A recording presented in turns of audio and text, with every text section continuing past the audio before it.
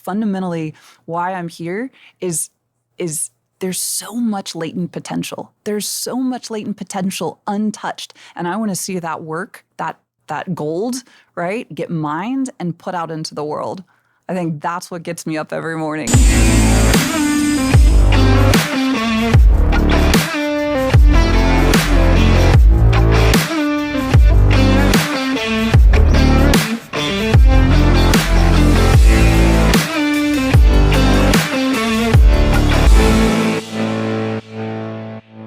Marc Cervantes. I'm here, and welcome to the Texas Embassy podcast. Thank you for having me. Tell us about yourself. Well, my name is Paris Stringfellow. I am a geek at heart, as you know. A geek turned entrepreneur, actually. Yeah, yes, you are.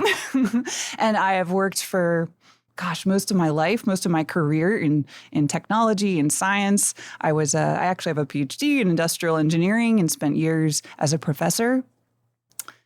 And I got to work with some of the coolest, talk about eggheads, the coolest geeks in the country on some really cool technology. And that's really where my background has been. I spent time as a nuclear engineer working on nuclear power plants. Did you know that? No, I didn't. I'm learning that now. Wow. I got to build nuclear power plants here in the U.S. and over in Europe, and was part of the nuclear renaissance, they called it.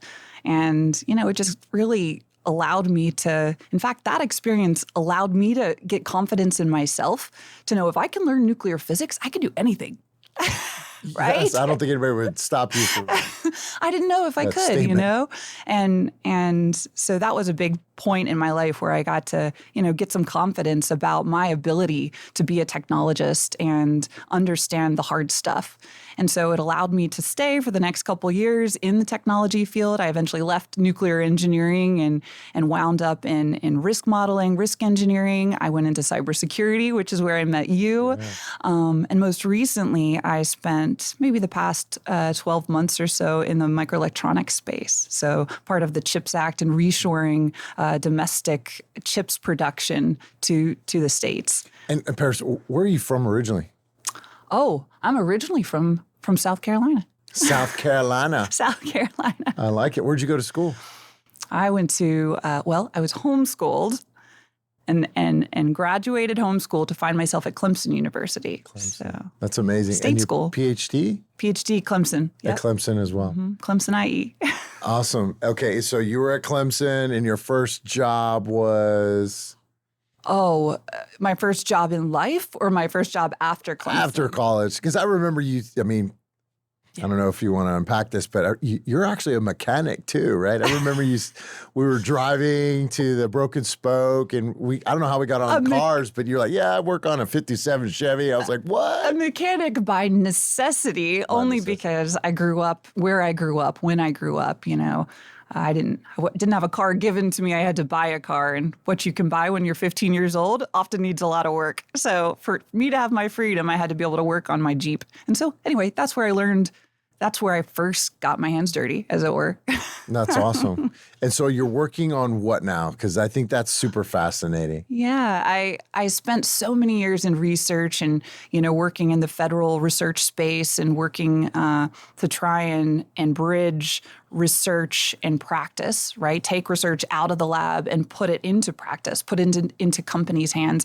And I'll just share, the work I got to do was amazing, but it was frustrating. So frustrating because often you find yourself doing really cool stuff that is on the front line of some type of research, but it's very often in the lower end of what they call technology readiness levels, right? So it's nascent, it's early stage, and the journey that tech has to take to get from an idea to a demonstration, ultimately to a product that you and I can use is so far separated. And there was always this challenge in crossing what they call the valley of death, as you know. Yeah.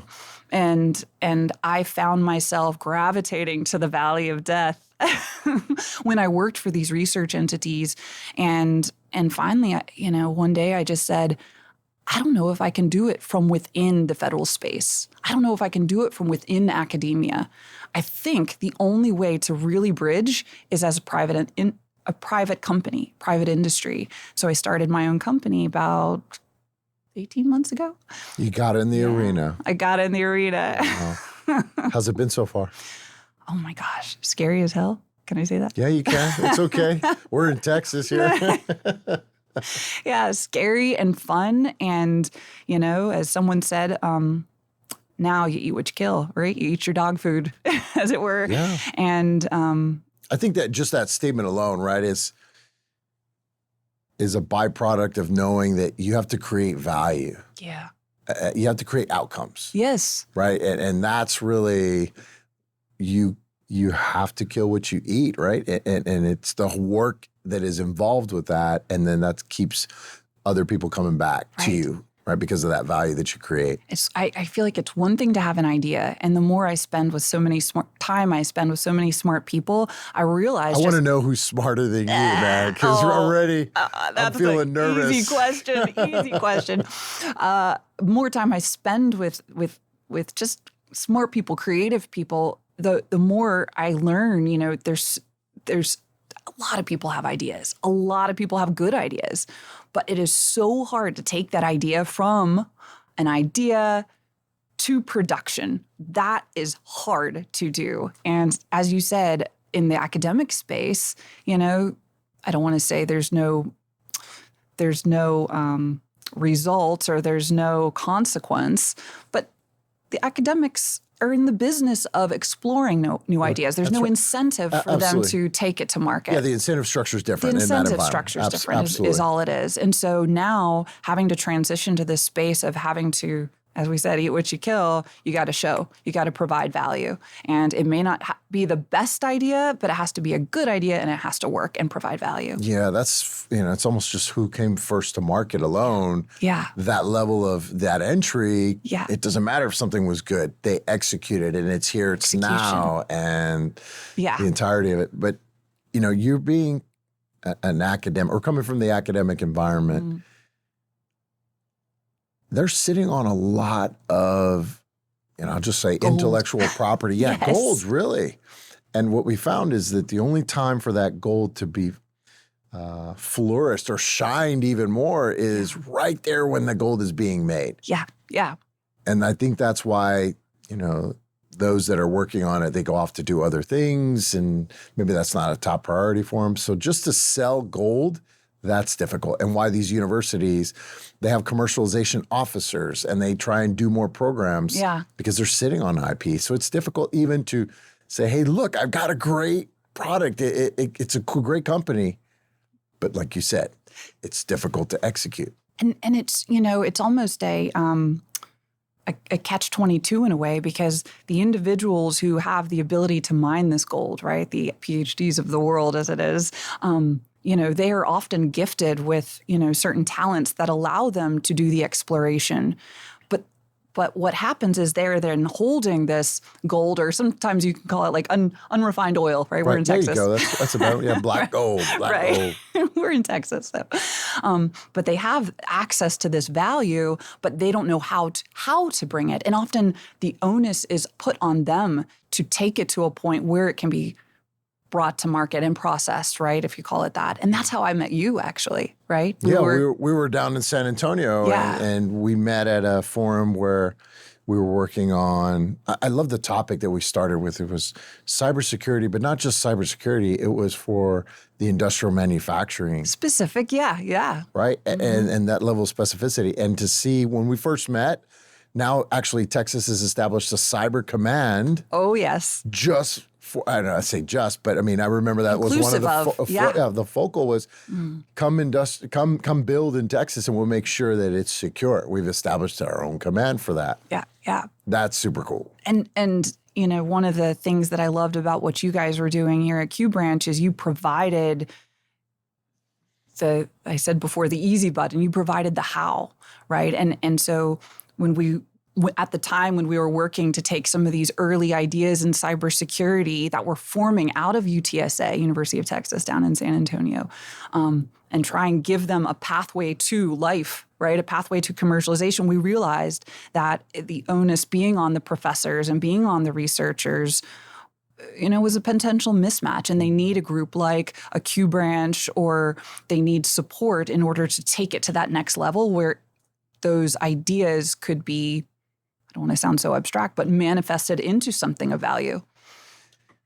For a specific customer, for a specific community, it's tough, right? Because everybody wants to almost boil the earth. Yeah. Yes. And that's sometimes hard to tell an entrepreneur or somebody that says, focus on the smallest target demographic you can and own it.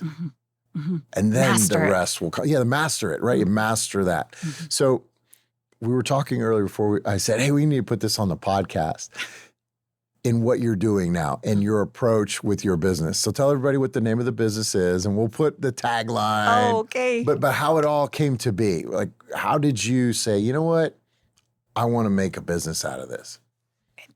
It came out of this frustration.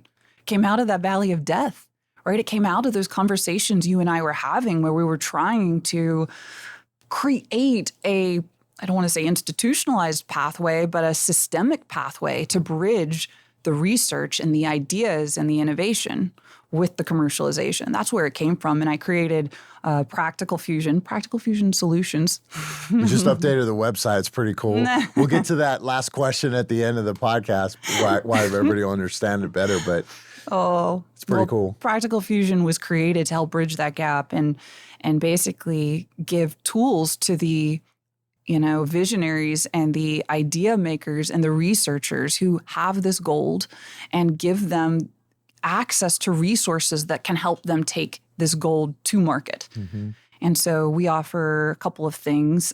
Primarily, we're a go-to-market solution. So we're the easy button again. We're an all-in-one go-to-market team, and we will help you identify your customer, validate your product within the market.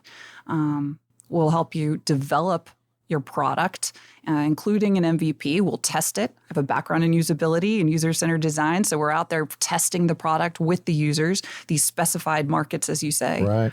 And ultimately, we'll help you commercialize it, right? And so that means taking that product that now functionally works, bringing it to the market and advertising it, making people aware, training people, and there's all kinds of ways to do that. But the whole path. And so is there a specific industry that you're focused on? I would say this. We focus on, just because of my background and where I come from, I would call it kind of more technology areas. So microelectronics, cybersecurity, advanced manufacturing, as we said, energy. But it doesn't really matter. I think the process of going to market is the same across the board. And what we look for in clients, and I really say partners, we look for companies that and innovators that have a product or have an idea. And then what we look for is a very specific market that we can easily capture. So, for example, we will work with a company who's, in a very specific type of construction, maybe like hotel construction in the Southeast. And they have that market captured, but they don't know how to enter the AI market. Or a parking company, for instance, who has a very specific market in parking, for example, and they want to enter the technology market and participate in the AI revolution, but not sure how. So we're looking for partners who have the market on the other side, but maybe don't have the technology or the I shouldn't say the technology, but don't have the resources to commercialize it. Yeah, or even it's not something that is a daily occurrence for them to, when you talk about AI, right? I think it is now more so than before, but how does that work beyond a personal level? How can we take this in commercial parking, right? Yeah. The questions arise. Hey, I'm using ChatGPT at home or Claude at home. I get, it's a level up from the Google, but this is super interesting, fascinating. How do I apply this to work, or if you own the business, to my job, my business, or to the customers I have? Yeah, that's right. How do I bring new value to them? Exactly because my customers are expecting me as the top parking company in the Southeast. My customers are expecting me to bring AI to their parking experience in this example. Yeah, if not, you're going to be left behind. I was in Israel talking to a doctor, and this doctor was an ER doctor, was talking about AI. And he had a quote that said, AI is not going to take jobs away from doctors. It's the doctors that use AI that are going to take those jobs away from the doctors that don't. That's right. That's right. And that's at every level. That's at every level. And if you don't use it, as you say, you'll be the one left behind. So it's not that it will take over, it's that it's coming and you can choose to use it or not. And so how do you work with a client initially? Like, okay, I called you, Paris. I tell you, I cry on the phone and say, I have these problems. Help me, help me, help me. What's next? Well, we start at the beginning typically. And as you just mentioned, AI is in dinner table conversation now, but we all have kind of a different understanding of it. It's kind of like the blind man and the elephant, right? Like all understand a little different piece of AI, and maybe it's not the whole picture. And so when we work with clients to get started, one of the first things we do is we say, look, let's just start at the beginning. What is your technology roadmap? What is your plan for including technology within your business growth? And do you have one? And often they don't, or maybe it's a little bit outdated. And so where we begin is we start by helping them to define that technology roadmap, and also say educate on what's going on in AI right now. What does the landscape look like? And where are there opportunities for your company to take advantage of that evolution? Are you seeing, I know you are, because I'm seeing the same thing. Every single day, something new is coming on board. And right? What you're being sold to is extremely attractive, but you almost are reluctant to invest that because in 30 seconds, something could be launched that is disruptive. It's so true. Some of the conversations I've been having with clients when they ask, how do we incorporate AI, knowing that this is a high velocity, high change space, right? How do we do so and kind of, how should I say, protect our risk? Right. Right? Because it's an investment. One of my takeaways and one of my kind of principles, I guess you could say, in how I approach any kind of product development is that the future of successful companies, successful AI leveraged companies, will be those companies that create the most easy user experience, that those companies that create products that make the user experience easy, fun, enjoyable, and silent, right? But quiet. And by that, I mean, those companies that want to take advantage of this may not need to create a new app or a new software as a service, which may be going away. Those companies that really want to succeed may just make a product that sits quietly behind, your phone that you just showed me, for example. Who wants to download another app? Who wants to have another password? Oh my God. Right? Another login to remember. Who wants to have another software that your company now has to manage the security of? I mean, I think that's going away. And so when I talk to companies about where AI is going and where the future of technology products are, I always say we have to start by thinking about what the user needs and making that human experience enjoyable. I love that you said that, because sometimes you'll build a product internal to an organization that fits just one part of the model. And it's at the end that the experience really needs to be felt, not for the individual that's managing the process, right? You do want that, but you have to keep the end in mind.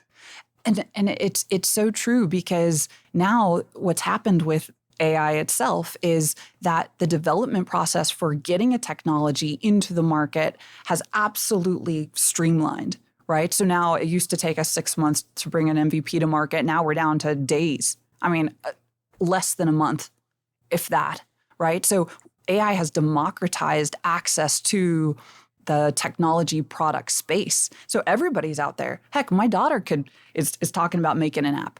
Everybody can put something out there, but not everybody is going to make something that is how should I say, is in demand, that people want to use. Sure, right, and so right. those are the products that are going to really win. And I think you nailed it, right? It's now, instead of let me develop something in hopes that maybe I touch a good amount of people in, Right. it's now, how about I just give you the tools and you make it work for yourself?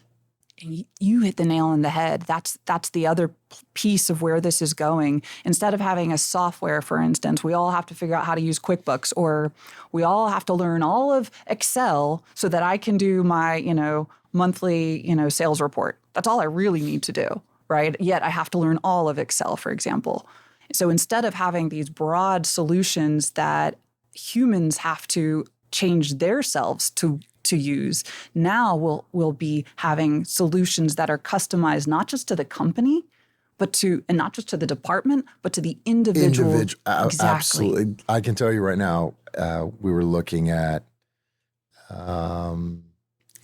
multiple platforms, but Airtable came up. And so I had looked at Airtable probably 6 or 7 months ago, and I invested in it, and I was like, man, this is not working, or I need a college degree to go in and focus on it. And so we shut it down. Next thing you know, I was watching some video of this Airtable AI. You just put a prompt in and say, hey, I'm looking to create an investor portal CRM, so that they can see it, And the next thing you know, it just built it. And it was to the quality that it works. I could launch that. I felt confident enough to say, put it out there. Like, that's right. Go. That's right. Yeah. And more are these products that are out there. So they've established themselves as almost as an industry standard, but now they're applying AI. And to your point, to make the individual use a lot more seamless. Yeah. Yeah. And enjoyable and fun, right? Because when you create, or when you allow somebody not to have to worry about the details of Airtable, which I have done, by the way, it's kind of brutal. Well, you feel a little powerful by the time it's all over, but the process is difficult. But when you can allow for that type of creative human language engagement, your creativity is released. I mean, it really is at speed. At the point where you need it. So even Canva. Yeah. Canva's great. Videos are great. There was a guy that was here that used to be a big, huge movie producer. He created a really cool movie back in the day. And now what he's launching is AI-driven movies. Yes. Wow. And the reality of the movie is it looks just like you, Paris, like a movie star. You're like, wait, is that real? Let me just poke or touch it. Like, it's that level of quality. Yeah. Everyone can be a director now. Everyone can be a director now. Yeah. It's really powerful. And it allows, and that's a great example of AI done right. AI done right is easy to use, low barrier of entry, fun to use. I come back to that. It's got to be fun and enjoyable, right? Because our expectations for interaction have elevated now. We need a fun experience. But when you've removed those barriers to entry, now we can release what humans are good at, right? We're good at being creative. We're good at being the director. We're good at coming up with new movies or new ideas. And so that's the type of application where AI is meant to live, right? It's funny you just said that. I go back to either a podcast or a TED Talk that I heard that this technology is really going to advance so far as to allow humans to do what only humans can do. That's right. That's right. Yeah. And as it should. That's the limit, really, right? It probably can go beyond that, but we as humans are going to make sure that, wait a minute, let's slow this down. Because, that's another topic, is the ethical aspects of it. Totally. And to what control do we launch these systems? Because, your daughter just got into a really exquisite school, and my kids are going to go into another school as well. But I almost worry, is the academic curriculum ready and at pace of what's going on here in the commercial sector? I wonder. I'm worried about that too. It's that fast. Yeah.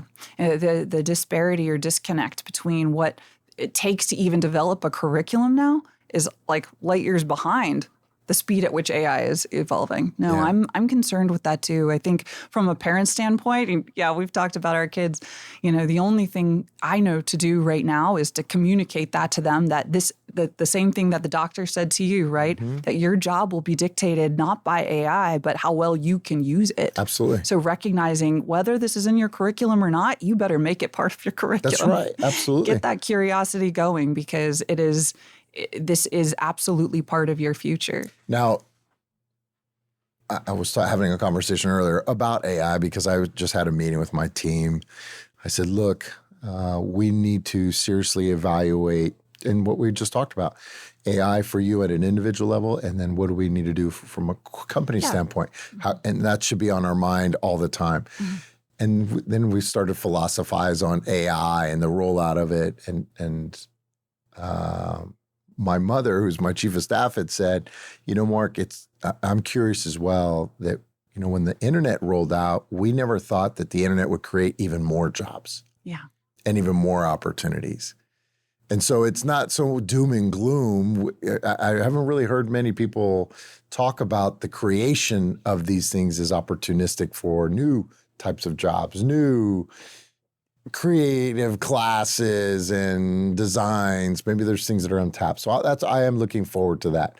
As much as we look at the disruption of it, I know, and we've seen it, at least in my lifetime, there will be goodness that comes out of all of this. Can I take that idea back a little bit to practical fusion? Because I've been struggling with something in our business, and what you just said, I think, kind of exemplifies our struggle.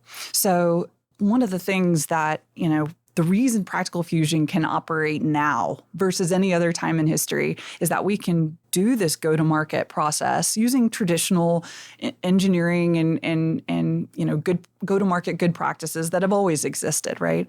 But we can do it so much faster now, right? And not just faster, but we can help. We can communicate these ideas, which is half the battle, right? Not just creating the product anymore, but presenting it to a market, to a niche market, for instance, and helping them see the vision of what this product is and what it can do for them. And so I come back to say one of the things, we're working on here at Practical is we have a graphics team and we have a usability team, and the challenge is that I'm asking my usability team, who has historically worked to do the interfaces for some of these products and so forth, I'm asking them to help to work with the graphics folks to help present a vision of what these solutions can be. And now they have videos to use, right? We can be that director and create that movie. They can create a notional interface, a notional experience, a storyline of what a user might experience with this new AI product. And so that job, I realized, doesn't exist. Well, I don't know where to hire that person. I need you to be skilled in graphics. I need you to be skilled in storytelling. I need you to be skilled in understanding the technology because you're the storyteller of these future products. And it's a fun role, right? It's a super fun position, but I don't know where to get that person. That is, maybe that's a new endeavor in itself, right? For people to look at, the closest thing I could think of is like systems engineering. Yeah.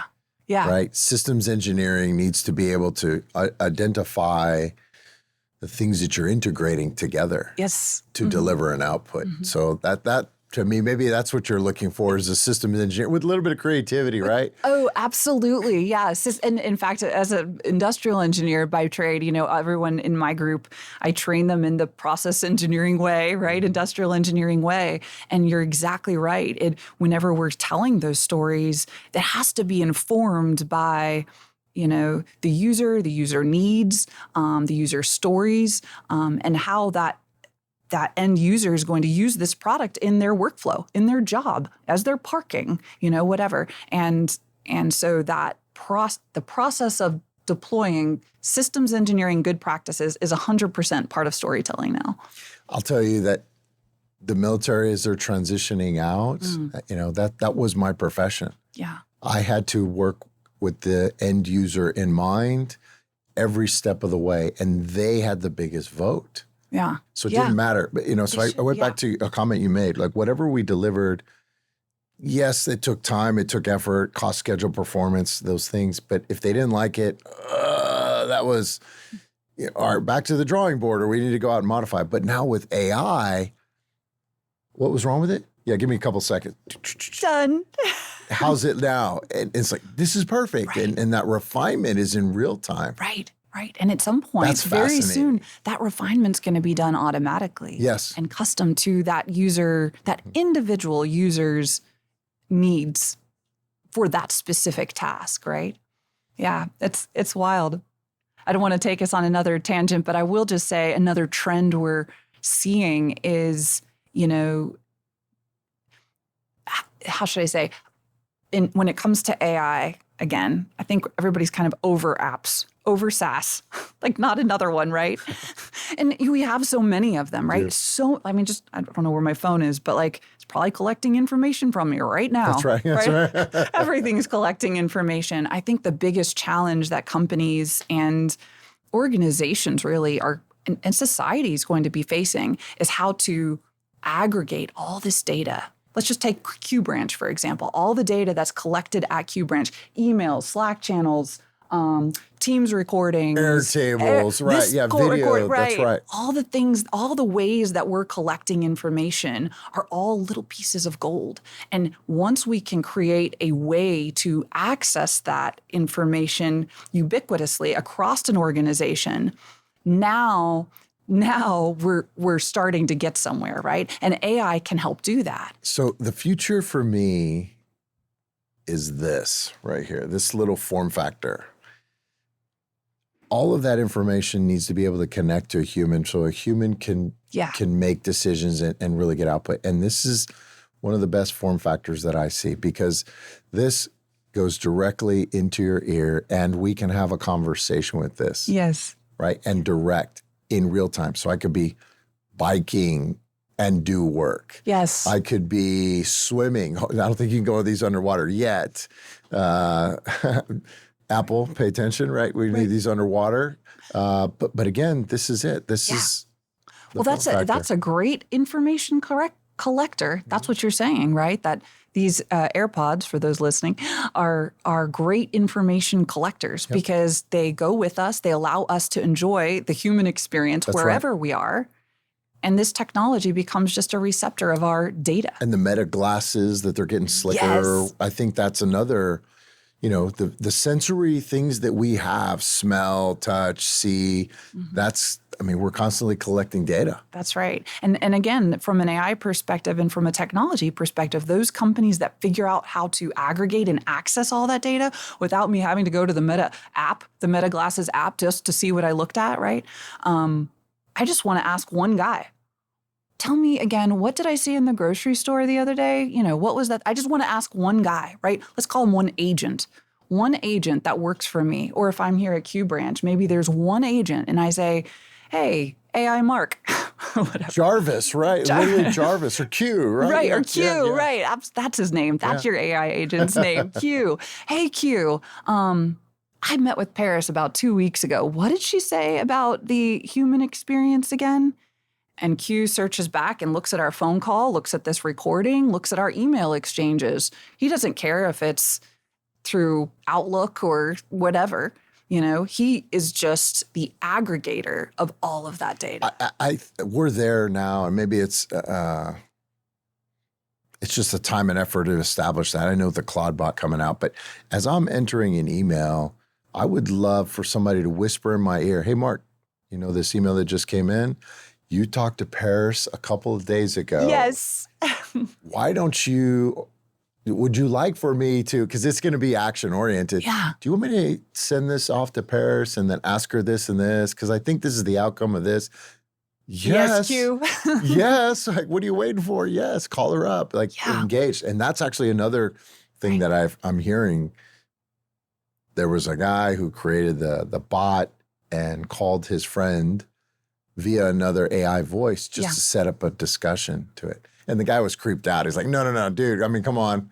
It's cool, but I want you to call me to set up the appointment. And I'll tell you, I'm so glad you're bringing these up. We're talking about trends that we're seeing, emerge from the AI revolution or whatever. we talked about the human experience and creating, technology, ubiquitous technology into our life versus us having to sit at the computer, right? So these are some trends. One of the trends that that we're starting to see too is the sorry, what did we just talk about? I'm blanking on it. The phone call bots? Is the need for authentic human Yes. interaction. So that will be a competitive advantage for companies in the near future here. So soon, AI, as we know, is going to be so easy to access, right? The barrier of entry is so low, right? The creation level is so accessible that it's going to be when I go to Chipotle or when I go stay at the next hotel or when I get in my Waymo. That's right. Yeah. Gas right? pumps. It's everywhere. It's robots. That's I'm right. going to pay for the human experience. If I Yes. have two hotels to choose from, one is the touchless, humanless hotel where I check in, and then the other is the hotel that has a bartender there, I think I'm going to choose the one with the human experience. I think we were experiencing that now, right? What you'd rather call to book a hotel. Nobody's calling anymore. It's all online. But if you choose that, you want to talk to somebody on the other end. I'd pay more. Let me tell you, I would pay more to talk to a human. And that's happening right now. Yeah. Yeah. So that's one something that speaks your language, right? In a way, at least you understand it, right? Because we've seen that before. True. Good qualification. Yeah. You want to talk to a human? I'll get a human. It doesn't matter. Right. I don't know what time zone they're on, but That's exactly right. No, that's an excellent qualification. But I think as we're talking with clients as well, that's something we're seeing again and again come up. Can you automate this? But the question is, should you? From a business competitiveness standpoint. That's the hard part because the bigger you are, the more efficiencies you want to be able to gain in order to really maximize that profitability. And that's where you have to gauge is should we be doing this? Quality there, brand recognition. So there's so many things that are out there. Well, Paris, I am super excited to see you from when I first met you to what you're doing now. You're in the arena. And you're kicking butt. Thank you. And I want everybody to be touched by the magic of knowing you and what you can do, because not only are you a great human to just interact with and talk to, but your outputs are phenomenal. And that's a testament to you and what you've done in your life. And it's not done yet. So your journey's just starting. Thank you. Yeah, I'm excited. I'm super excited. And like I said, I would love to say like I'm in this to get rich and like make tons of money. I hope we do. But honestly, I think this is just so freaking fun, Mark. It's so fun. And I'll tell you what, I think fundamentally why I'm here is there's so much latent potential. There's so much latent potential untouched. And I want to see that work, that gold, right, get mined and put out into the world. I think that's what gets me up every morning. I love that. Can't wait to do it. I love that. That's the lead in for the podcast right there. Oh, really? Just said. Okay. Okay, now here's the hard part. And I prepped you for it. If you had to give yourself a call sign, what would it be? Because this is going to go in the little thumbnail of the podcast so that everybody sees it. Oh, yeah? I'll say this. Okay. I'm Space Mama 02. Space Mama 02. All right. Tune in, Space Mama 02. 02 for the month of February, by the way, because I'm an Aquarius. Okay. And somehow that like shows up again and again. It's my lucky number. I'm an Aquarius too. That's probably why we connect so well. Yeah. We're the thought leaders, the esoterics of the world. That's exactly right. All right. Well, thank you very much.